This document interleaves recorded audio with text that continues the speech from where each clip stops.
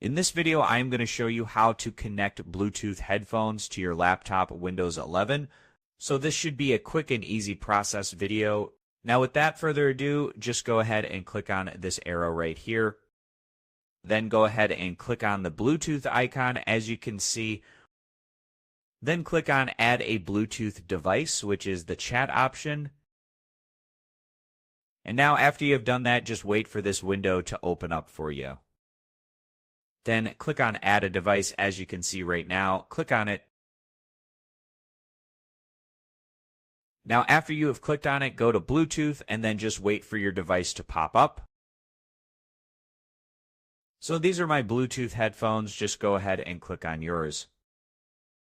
And now you are connected to Bluetooth. So this was an easy and quick process video. As always, thank you for watching.